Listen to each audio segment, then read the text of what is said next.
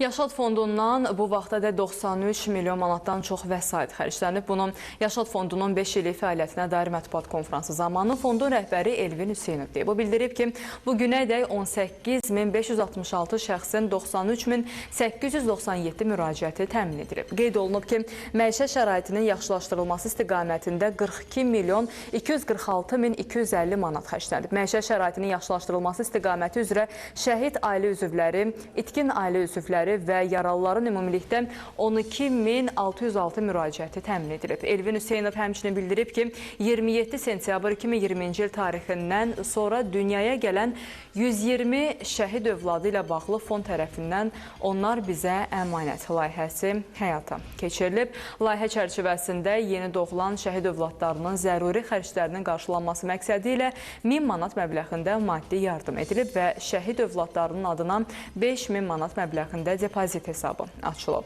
Hər iki valideyni itirən 7 şəhid övladının adına 5000 manat məbləğində depozit hesabı açılıb. Onlara Bərdə və Gəncə terrorunda valideynlərini itirmiş uşaqlar da daxildir. Eyni zamanda diqqətə çatdırılıb ki, Yaşad fondu müalicə və psixoloji dəstək xərcləri üçün 38 milyon manata yaxın pul xərcləyib.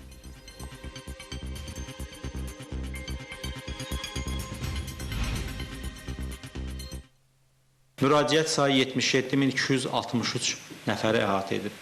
51.325 nəfər şəhid ailə üzvü, 25.934 nəfər müharibə əlilləri, 4 nəfər isə itkin ailə üzvlərini əhatə edib.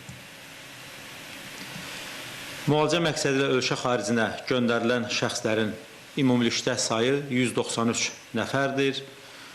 Bunlardan 9 nəfər şəhid ailə üzvü, 184 nəfər isə bizim ağır yaralılarımız idi. Hal-hazırda bir ağır yaralımızın müalicəsi Türkiyə Respublikasında davam etdirilir. Türkiyə Respublikasında, yəni ölkə xaricində müalicəyə xərclənən vəsait isə 21 milyon manatdan artıq vəsait xərclənib.